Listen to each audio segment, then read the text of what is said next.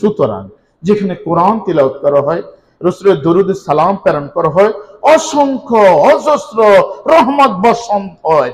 আর এই রহমত বর্ষণের কারণে আল্লাহ তাদের রিজিকের মধ্যে বরকত দান করেন। এই ছোট্ট পরিসরে এই মাদ্রাসাটি যতটুকু দায়িত্ব পালন করেছে আল্লাহ রাব্বুল আলামিন, আমরা গুনাহগার এই উসিলে এসেছি, আল্লাহ রাব্বুল আজকের উপস্থিতিকে আল্লাহ কবুল করুক। কিয়ামতের ময়দানে আজকের উপস্থিতি যেন নাজাতের উসিলা হয়। আপনারা যে এসেছেন আপনাদের কৃতজ্ঞতা জ্ঞাপন করছি।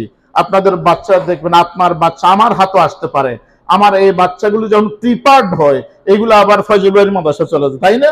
আমরা আপনাদের সন্তানকে যেন যথাযথ মহাব্বত ভালোবাসা দিয়ে, হৃদ্যতা দিয়ে, কেয়ারফুলি যেন আমরা রিভাইজ করতে পারি, ফ্লারিশ করতে পারি, ডেভেলপমেন্ট করতে পারি। আল্লাহ সে তৌফিক ইনায়েত দান করুন।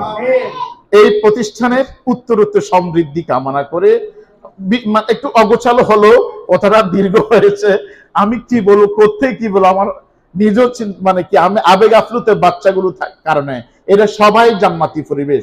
রাসূল করিম সাল্লাল্লাহু আলাইহি ওয়াসাল্লামকে বেশি বেশি ভালোবাসতেন। হযরত হাসান কারীমাইন যখন নবীর দরবারে আসতো, হাসান হোসেন দাদু নানু ভাইয়ের কাছে আসতো, নবীজির নাক মোবারক লাগিয়ে নানু ভাইয়ের মাথা থেকে সুমুদ নিতেন। আল্লাহু আকবার। সাহাবায়ে কেরাম বলছে, ইয়া রাসূলুল্লাহ, এই দুই নানু ভাইয়ের মাথার মধ্যে কি আছে?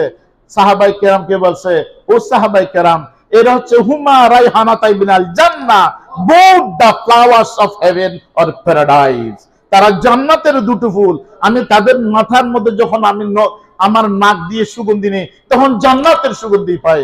এই জান্নাতের সুগন্ধির অধিকারের বাচ্চারা এখানে আসছে, এদের কারণে আজকের মাহফিল আল্লাহর দরবারে কবুল হবে সে প্রত্যাশা রেখে আবারও এই প্রতিষ্ঠানের ব্যাপারে উত্তরোত্তর সমৃদ্ধি কামনা করে এখানে অগোছালো বক্তব্য সমাপ্তি করছি। আসসালামু আলাইকুম ওয়া রাহমাতুল্লাহি ওয়া বারাকাতুহু।